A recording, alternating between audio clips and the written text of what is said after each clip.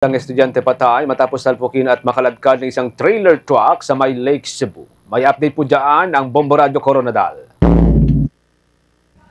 Hindi na inabutan ng buhay sa bahay pagamutan ang isang babaeng estudyante matapos masalpok at makaladkad ang sinasakyan nitong motorsiklo ng isang trailer truck sa Sitio Centro Inn, Barangay Tasiman, Lake Cebu, South Cotabato. Ito ang kinumpirma ni Police Lieutenant Colonel Bernie Faldas, ang hepe ng Lake Cebu PNP sa panayam ng Bomboradio Coronadal. Kinilala ni Faldas ang biktima na si Arjerin Enricoso, babae, 19 anyos, estudyante at residente ng Barangay Tasiman, Lake Cebu, South Cotabato, habang ang driver naman ng trailer truck ang kinilalang si Jason Preheliana, 36 anyos, na taga-Lambayong Sultan, Kudarat. Ayon kay Police Lieutenant Colonel Faldas, papunta sana ng barangay poblasyon ang estudyanteng si Arjerin, lula ng kanyang motorsiklo na makasalubong ang trailer truck na sa opposite direction. Lumagpas umano ang motorsiklo sa linya habang paliko ito, nakalaunay, nabangga at nakaladkad ng trailer truck. Nakita naman ng driver ng trailer truck na nalabangga nito ang estudyante, ngunit sa bigat ng kanyang minamaneho, nawalan siya ng kontrol. Nakaladkad ng halos 25 meters ang biktima kasama ang motorsiklo nito bago nahulog sa bangin ang bako na karga ng truck. Nagtamo naman ng seryosong sugat sa ulo at iba't ibang parte ng kanyang katawan ng biktima na naging rason ng kanyang kamatayan. Sa karagdagan, agad namang sumuko sa mga otoridad ang driver na si Preheliana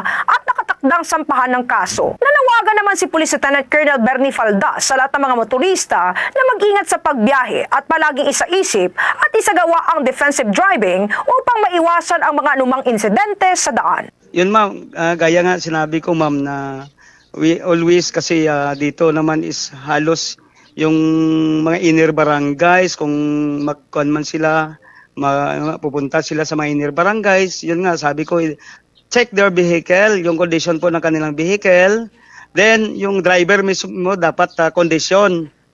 At saka always be in defensive driving, hindi na pa bara-bara. Then complete gear sa mga motorcycle, dapat with kumbaga, a helmet, then complete gear talaga man para in case na hindi din natin maiwasan ang insidente is may makaprotect sa kanilang katawan. Ang naging pahayag ni Police Lieutenant Colonel Bernie Faldas, ang hepe ng Lake Cebu PNP, sa panayam ng Bomboradio Coronadal. Yan ang ulat mula rito sa Bomboradio Coronadal para sa Bombo Network News. Ito si Bombo Mira Serbo para sa #1 and most trusted radio network in the country, Bomboradio Philippines. Basta Radio! Bombo!